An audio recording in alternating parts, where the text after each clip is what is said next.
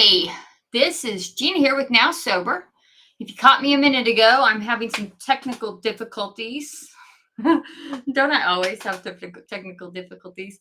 Um, I use Restream to broadcast this, and except for not on Instagram, sorry, Instagram people, but I use Restream to broadcast this, and I actually have an appointment to talk to some people. I don't think it's not going to be about that, but hopefully I'll get to tell them some of my complaints. I'm doing like I don't know, a customer appreciation survey kind of thing. What do customers want? I don't know. I've been doing it for a couple days, and so I will be talking to someone tomorrow just to give my opinion. And actually, I like it a lot, but I'm having a few problems. Mostly, I think most of it's got more to do with. I'm watching a couple different screens here. More to do with my lack of technology stuff and less to do with what's going on with Restream. But maybe I'll get some answers or I don't know. I don't know. I'll figure it out. But anyways, here I am. This is Gina with Now Sober and Now What with Gina, where I answer questions, offer tips, and say stupid shit that I'm going to regret later. Like, starting this live and then dropping off and then starting the live and then dropping off and because I had technical difficulties. So, anyways, tonight I've got a bit of a rant, and I would like to say hello to Andrea who joined us and Simo. I hope I said that right. Thank you, Simo, for joining. Thank you, Andrea, for joining. So, anyways, as I said earlier, I have a bit of a rant. I'm stalling a little bit, and like I said, watching a couple different screens to see what's going on because I can't see from one screen to the next who's joined, depending on which platform they're on. And I wanted to see if anyone else has joined. I've also got to watch for comments, which is not on the screen. It's on another screen. I don't know if you see me. I have actually three screens going on here, and I'm trying not to watch but one. I only want to watch one, and that is the one with my notes for tonight's show. All right. So, anyways, I have a bit of a rant tonight, and it's not a new rant. It's quite old. In fact, it happened the first time within weeks after I started my sobriety journey. And that was, well, I'll tell you the story. So, when I first got sober, I was pretty, I was happy with my progress, happy with the lack of problems I was having. Hold on, I'm thirsty. I've got allergies out here. It's getting ready to be allergy season, and it tickles my throat. And so I'm trying to keep something near me. That was a little sour. Anyways, so my rant. First 3 weeks, I had not been sober for one day in 7 months, except when I went to the hospital. And I was on morphine, so I don't think it counts. I was not sober. I was quite drugged up. And for about 3 days, and but I couldn't get alcohol, so there was no alcohol, and that was it for 7 months. And for several years before that, I hadn't been able to stay sober for more than a couple days. Yeah, I hadn't even tried really, but it wasn't like, I don't know. I just didn't really try a whole lot. I didn't want to be sober. Yeah, no, I didn't try. But anyway, so I was really surprised and excited at how well I was doing, and I was on the pink cloud. I don't know if you've heard that statement, but I heard it a lot, and one time I was walking out of a meeting and I had spoke because I always spoke at meetings. Sometimes they tell you not to speak. Your sponsor will tell you not to speak for the first 30 days, or, you just need to shut up and listen. But that's not me. If you know me, I'm going to talk. I'm going to say what I'm going to say. And I don't believe, I never have believed, I never will believe, that we heal by keeping our secrets silent. And this was an opportunity for me to speak out. So I did, and I still do. I say what needs to be said because that's how I heal and how I understand my problems. And so Anyways, I came out of this meeting and someone says to me as I was walking past, "Better be careful, girl. You're going to fall off that pink cloud." And I didn't think much of it. It just off the top of my head, I got very, what is that word for it? I don't know. I very cockily said, "That's okay. I'm growing wings." And I turned around and walked off.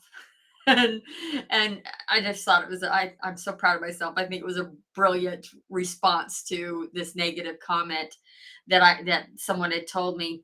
And so it has bothered me since day one, this whole idea that we need to beat our egos down, that you can't be confident. It just, it's killed me. I hate it.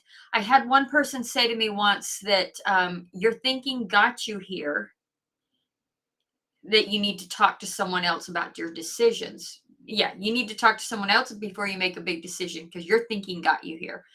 And I have more on that, but that pissed me off. I said, no, my thinking didn't get me here. Other people's thinking got me here. Not because I wasn't taking responsibility, for what happened in my thinking and all that. It was because I allowed other people to influence me so much that I just wasn't happy. I wasn't making decisions on my own. I wasn't confident enough to make decisions on my own. So I don't, it wasn't my thinking that got me here, or it was my thinking that got me there. It was more that I was letting other people do the thinking for me.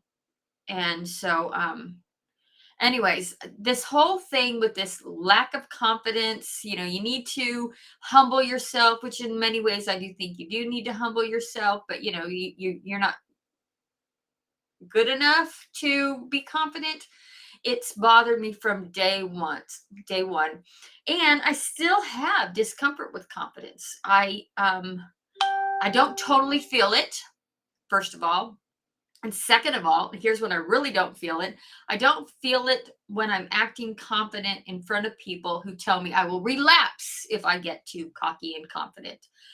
So I try to kind of tone it down in those times. No, still no chats. But anyways, I try to tone it down around those people, and when I'm afraid I'm going to get it. So I'm not completely there. Um, so for some people though, uh, the cocky confidence and the pride is a character defect. It's they believe that selfish pride, you think you're too good, got there. And there's a couple people in the group that was all about themselves, and they admittedly say it was all about me. And yes, while I was drinking, it was all about me, but not before I was drinking. Before I was drinking, it was about a lot of things, and some about me, but you know there was other stuff going on before I even started drinking, and it had nothing to do with pride. um my my past. I'm afraid I'm going a little bit out of order here, so I'm hoping I don't get lost in it, but I think this fits. My past is one with child molestation, with multiple fathers. One actually a stepfather my mom is talking to right now, and I loved him to death. And before he left, my dad had left yet again. And I remember asking him, just please don't leave me. And within a couple months he was gone, and that broke me. It really, really broke me. The fact that my father had kept leaving and wasn't, didn't care enough to take care of us, and that Danny, who I loved very much and still love very much, wasn't there. He left for reasons other than me, but I didn't know that at 12 years old, 11, 12 years old. I just thought I was horrible and wasn't good enough for him to be around anymore. I thought it had something to do with me, and so I didn't have the confidence that they were trying to beat out of me. I didn't think I was worthy of making my own decisions, of doing things on my own, of getting what I want. My one dream is to go to Europe, and I constantly chose things, vacations that would please the rest of the family, and completely ignored the fact that this is the one thing I wanted to do because I didn't think I was worthy. I remember my ex-husband would want to make a big purchase, and I said, "Why not? You make the money." And I'd want to make a big purchase, and I chose his big purchase over mine because I didn't make the money. I didn't feel like I had earned that item that I wanted. And so, anyways, confidence was not my problem. And when they told me it was, I would get really angry at it. And so that's why I'm ranting, and that's why my pink cloud was so important. Um, a lot of people also believe that relapse happens when people get too confident, and they stop working the program. Oh yeah, I got this shit. I don't. My son used to say that like that. I got this shit. I don't need the program. This is good. I think I can have a drink. And yes, again, that could take a part in it, but I don't think that it has to happen for everyone. I know I have myself so involved in sobriety, and I'm so accountable. I come on here every week or nearly every week, and I write articles, and I have a couple websites, and I'm accountable so that I can afford to have a little bit of confidence. I'm not going to take a drink and blow everything I've built, you know, out of confidence. Oh yeah, I can just have one. No, I'm not going to do it. So anyways, um many people believe that drinking and drugging is nothing more than a selfish act that people do when their egos are too big for their britches. They believe that to cure them of the disease of alcoholism, you have to beat their ego down and humble them. And I don't submit to this belief at all. In fact, I believe for a lot of people, and I mean a lot of people, what you really need to do is build up their confidence. It doesn't help us when we're going around thinking, that I can't stay sober. I can't. I fail. I'll fail. I'll fail. It doesn't help us. So I don't subscribe to that.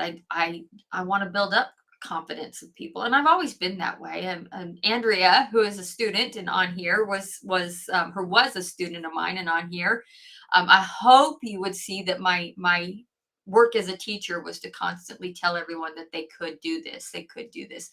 And we were talking about writing in English, and a lot of people didn't believe they could. But and honestly, not everyone's going to be the best writer, but I think everyone can do it. So anyways, on this matter of my pink cloud and confidence, and what this gentleman said to me about my pink cloud, I have three things to address. First, it's human nature to want to fit in. And to do that, the people around us have to be like us. And probably when you first started drinking, this was me. There were a lot of times when I'm sober, even now, I don't feel like I fit in, and drinking helped me do that, helped me fit in.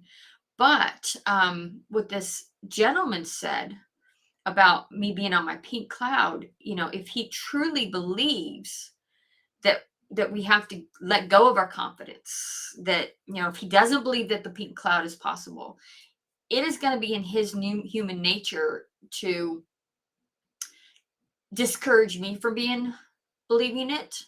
If I am not like him, then I am not going to fit in. And if he wants me to fit in, I need to be like him. I need to believe that too. I need to not be so confident. He wasn't trying to beat me down. And in fact, he later apologized for the comment and realized that it was a little demeaning. But he's a really good guy. And we actually spent a lot of time together. But in order for that to happen, I think that um, part of what he was trying to do was make me like him. I got to be sober. I got to adjust to the other people's beliefs. And that's just like I said, it's human nature. Back in the cave days when we relied on the community for survival, it was important that we fit in. It was important that we be like each other. So that's the first thing. Second thing I want to say is if we drink because it makes us feel good, I want to ask you this. What did we feel like before we drank? If we drink because it makes us feel good, what did we feel like before we started drinking? For me, as I said, it certainly wasn't confident. And getting my education did a lot to build that. But a lot of what I built was surface confident. I was confident in English, but I wasn't confident in friendships. I wasn't confident that I was loved. I wasn't confident that I was that I would get a full-time job, which was really important to me at the time. There were a lot of things that I lacked in confidence, and when I drank, especially in relationships and friendships, when I drank, I could suddenly be confident. When I drank, I could suddenly be confident. Now, what does that mean? Um, it in not for teaching. I could not be confident and teach drunk. But hold on. But I could be confident and go to a party and speak out in the party and make friends and feel like I'm part of the crowd, feel like I was liked. Um, uh, I could feel like I fit in. I could be as stupid as everyone else. I did karaoke drunk, and actually, I went on a camping trip, Recovery by the Bay, this weekend, and I was hoping that they'd have a karaoke machine because the one thing I've wanted to do since getting sober is to do karaoke sober because I've never been able to do it sober. I've only been able to do karaoke while I was under the influence of alcohol. And I this is one of the things that I thought, you know what, if I can do it drunk, there's no reason why I can't do it sober. And if not fitting in a crowd, not being confident enough to fit in a crowd, um, was why I felt I needed to drink, then what I need to learn to do is to let go of my fears. And so karaoke is a challenge for me, sober. I haven't done it yet. I haven't been in an environment where I can. I was kind of hoping it would happen this weekend at the camping trip. It was with people in recovery, and so it didn't happen. But so I've actually been told that I have too much confidence. That my thinking, as I said earlier, my thinking got me drinking, and that I shouldn't rely on it to get me sober. I've been told this by many people who have no idea who I am or what I've been through, what my fears are, my inability to trust. I have a serious inability to trust people, and I've struggled through it. And, I do much, much better today than I have done in the past, but it's not perfect. And so these people who tell me not to be confident, they don't know any of that about me.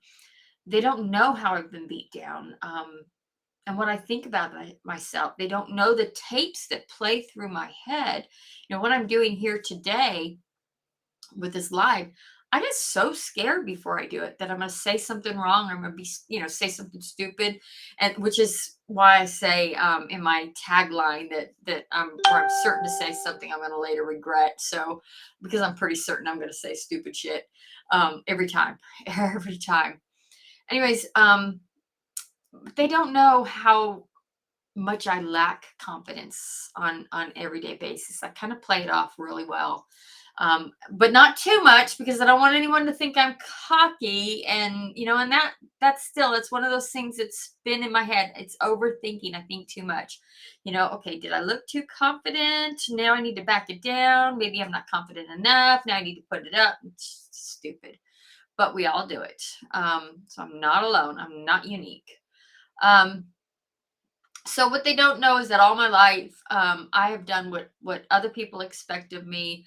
I've set my own dreams and my own desires aside because I don't feel like I deserve them. They don't know that when I started drinking, I was feeling disappointed in myself for letting other people make these decisions to beat me out of my purpose. I was feeling incredibly lonely and sad. And by the way, drinking allowed me to make friends. I didn't even know how to make friends, and so I felt so lonely. They didn't know that the thoughts in my head circle around how ugly I was, or how stupid I was, or how unlovable I was, or how I didn't deserve any of what I had, which was a pretty good life. So I didn't subscribe to that confidence that you've got too much, you can't have it, because the people who were telling me knew nothing about me. They just had no idea that I lacked so much.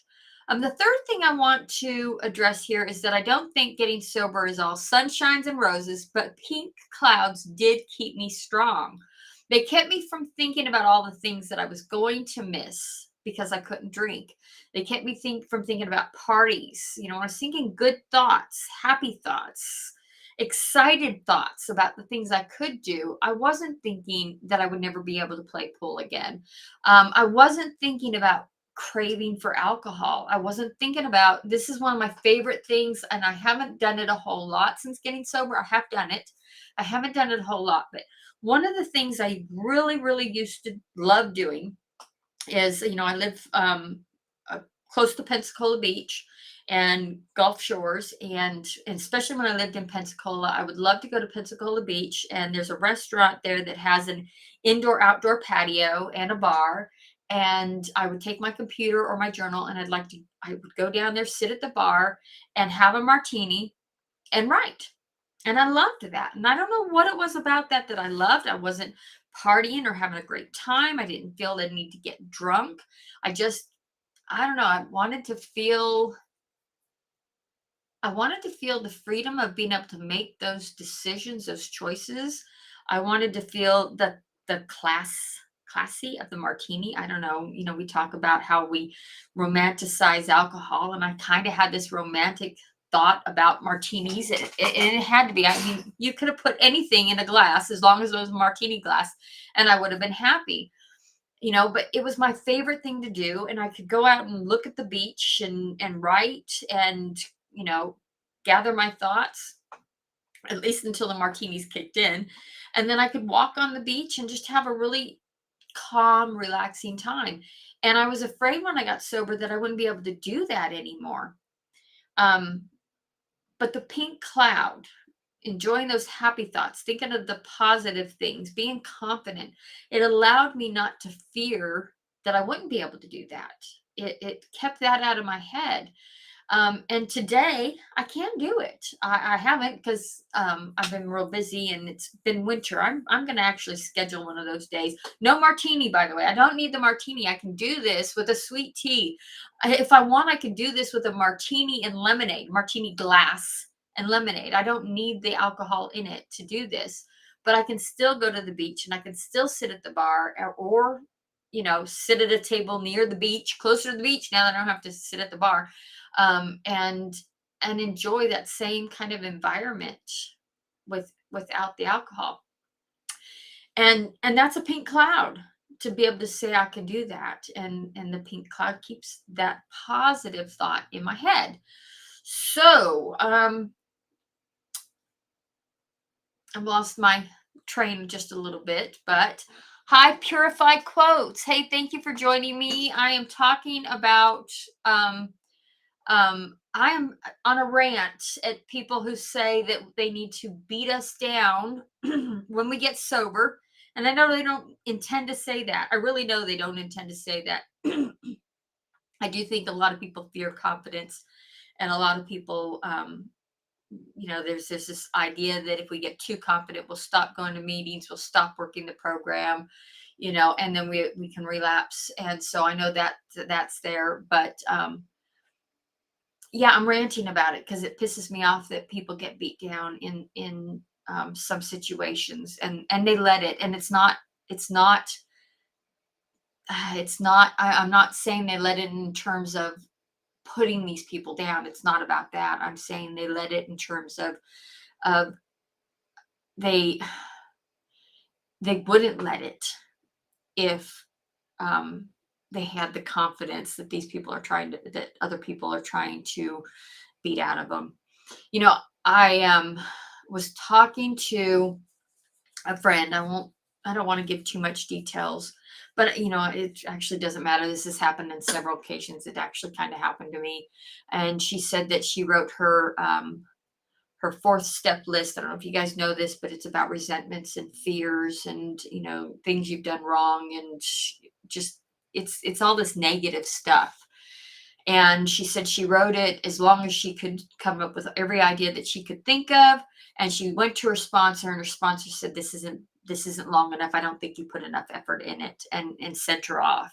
And she said she didn't want to write it anymore. And yeah, I've heard so many stories about how long this thing needs to be, that no, I don't want to write it either. I've tried several times, and by the time I get down to the second or third page, I feel so beat up that I'm done.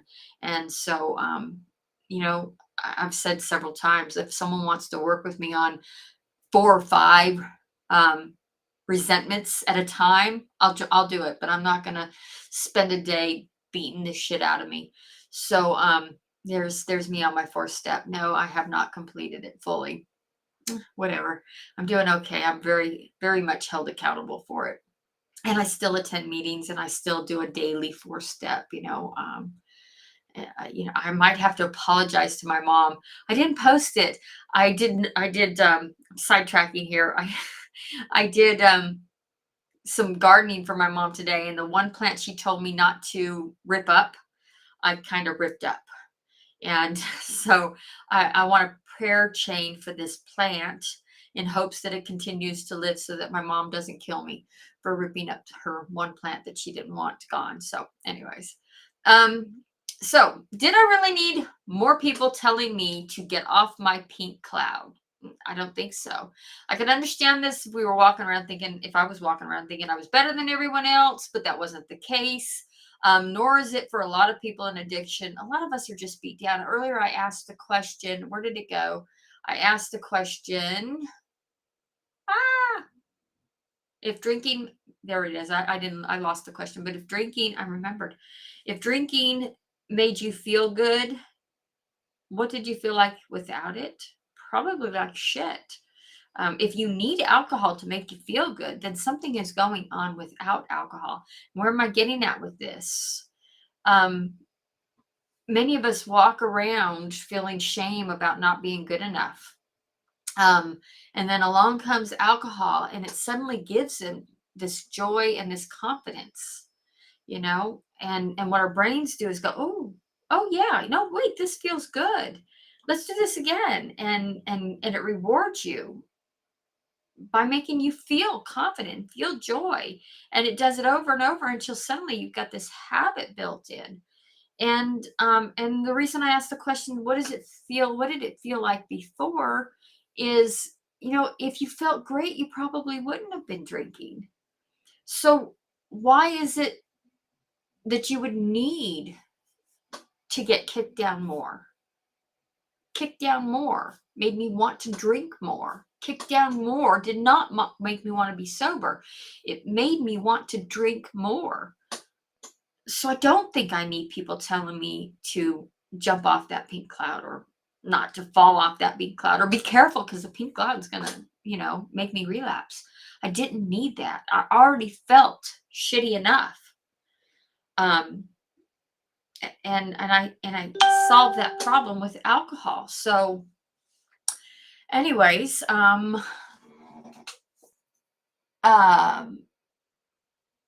yes, Andrea says, I used to feel good when I would drink, but when the honeymoon was over, the alcohol backfired to where I didn't want to drink anymore. You know what? That is exactly what happened to me. Um, Drinking made me feel good. I didn't feel good without it. And then, yes, we reach a point where the alcohol is kicking our ass. Um, Definitely. And in fact, in my notes here, what if we found in sobriety our ability to feel and joy and confidence without the alcohol? And the alcohol drinking is a behavior that makes perfect sense. It gets rid of that pain um, that we're feeling. So it makes sense to us to drink. It made sense to me to drink. It did not make sense to me to drink as much as I did. In fact, if I weren't getting in trouble, if I weren't so miserable, I probably wouldn't have quit. So yes, yes, absolutely. Being in trouble is not fun. And it gets to a point, this our brain that's rewarded us that alcohol's good, that alcohol's good, that alcohol's good, and suddenly it's not good. And we know it, and we just don't know how to stop because there are other factors that are going on in that with the cravings and the synapses adjustments and the dopamine levels being offset and all that stuff. So it's, I don't know, it gets really difficult to quit, but there comes a time when we need to. So what I would suggest in getting sober, what I always suggest is that what if we look back at the original problem? The problem I was feeling before drinking alcohol. That alcohol numbs us and gets rid of that problem. And so we think it's a good solution.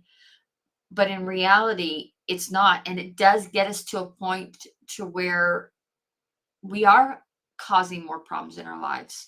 We are damaging relationships, damaging finances, damaging careers. It it yeah, it beats us down. But what if we looked back to the original problem and started working on solving it in a much more productive and possible way? A possible way, positive way. There we go. Could it be possible that our brains would reward us with that pink cloud and wings? Could it be possible that if I solved the problem that I attempted to solve with alcohol, I didn't solve anything. All I did was cover it up. If I solved the problem with in a positive way, um, maybe my brain would reward me. I've worked on solving that problem ever since I got sober in a positive way, trying to be sober, trying to give back, trying to live in my purpose. And yeah, a lot of times I do have pink clouds. And I am growing wings, I'm okay. If that is how I got sober. And I did it without relapse. So I'm not saying I didn't struggle at all, only that I've ignored the people who tried to beat me down and maintained this positive attitude towards my sobriety, reminded myself that I can have fun. I had fun this weekend. I made tie-dyed shirts and we sang outside a campfire and I had a blast. And I did it all without alcohol.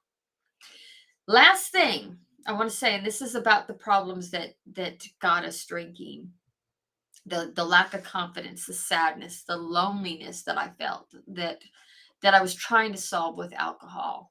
And that is that we can't ignore our pain, and we shouldn't ignore it. Someone said to me a couple days ago, trying to remember how she put it. She said she was doing everything she could not to feel her pain, and she was doing it with alcohol. And my response to that is that we need to feel it. We need to feel our pain. We need to understand where it comes from and why. And then what I had to do is I had to go through it. This is something that Vince tells me all the time. I've learned from him that is such a blessing.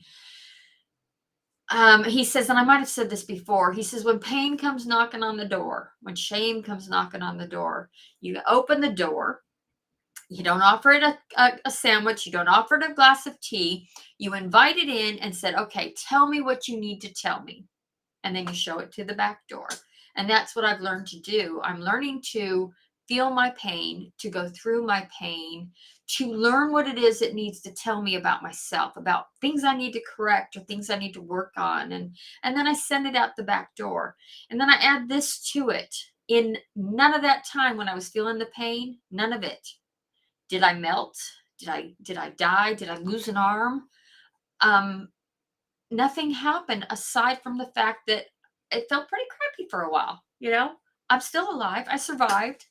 And we don't want to feel that. But if we do, take the chance at feeling a little bit of sadness from time to time to identify what it is it's trying to tell you so that you can heal from it, so that you can correct whatever's going on and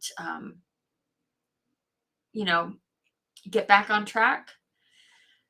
Um, you might learn that it's not so bad. I kind of lost track of what I was thinking. So I hope that made sense.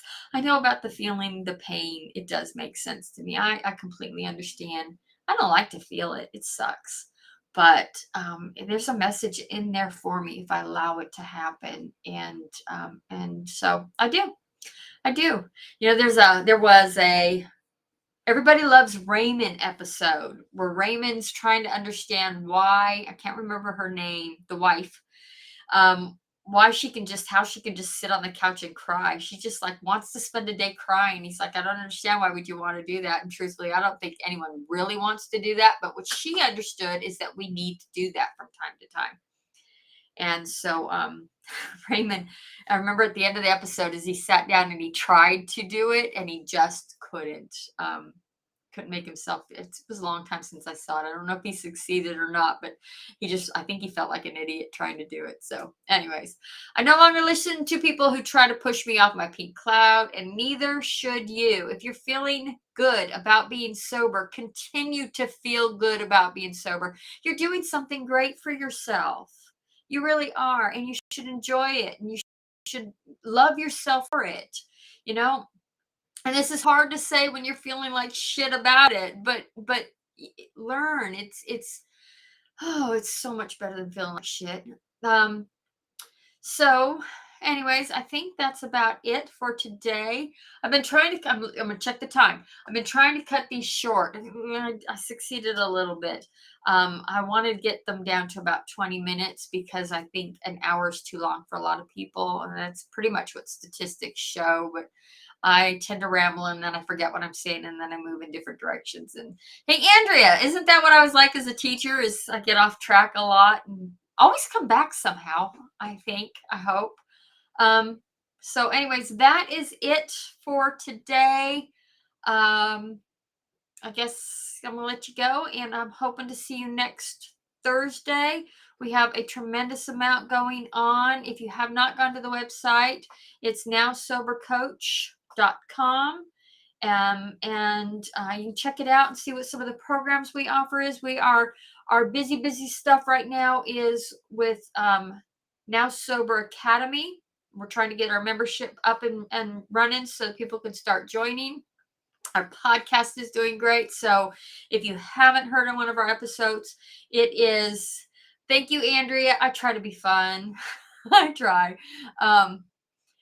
I thank you so much, by the way. That was what I really needed to hear, because no one's learning anything if you're falling asleep. So anyways, the podcast is going great. It is called Back Porch Chats, and you can find it on any podcast player. Listen to it while you're running, while you're vacuuming the floor, driving in the cars. When I listen to podcasts a lot, and I learn a lot from it. We got some great stuff coming up. Today I released an episode with a guy called, his name is Stefan Neff. It's My Steps to Recovery. It was a great episode, and I really want to highlight that for men, because actually I kind of shut up in the episode. Vince and him started talking about anger and shame, and they were really addressing it in a very masculine way, and it was going so well that I just decided it was better if I didn't say a whole lot, because, I mean, it was amazing. It was awesome to listen to Vince do his thing. It was just wow. So check that out. And coming up, if you haven't seen Dope Sick, it's a Hulu show, 8 episodes. It's about the OxyContin epidemic and Purdue and how they pushed it out and their unethical ways of doing it, and the doctors, and how it just really became a life or death situation for a lot of people. Watch it, and then watch for Back Porch Chats, because Dr. Stephen Lloyd, who was I guess the advisor, I would call it, for Dope Sick. He was a medical advisor. He's coming on the Back Porch Chats, and we're going to have an interview with him, and we are so excited about that. So, and he has so much to say. We attended a meeting with him, a presentation with him, and was just both Vince and I were enthralled with what he had to say. So I think I'm rambling again. I'm going to let y'all go and say goodbye and thank you for joining me. And I'm going to do this. So what did she say? This is Steve Jobs hand movements. He the thinking. I forgot what it was, but this is like we should use hand movements. Thinking, hands up, and the basketball. So I have done those three at least once, now twice in this episode. I'm gonna try and do it some more. I told her I was going when she told me about these Steve Jobs hand movements. They're like the three most hand movements Steve Jobs does. I said I'm gonna practice. So here we go. That's me practicing. All right. Thank you all. You have a wonderful day. We will see you next Thursday. Andrea, I will see you in a bit. Talk to you later. Bye. And where to go? And stream by Facebook people and YouTube and no, just by everyone.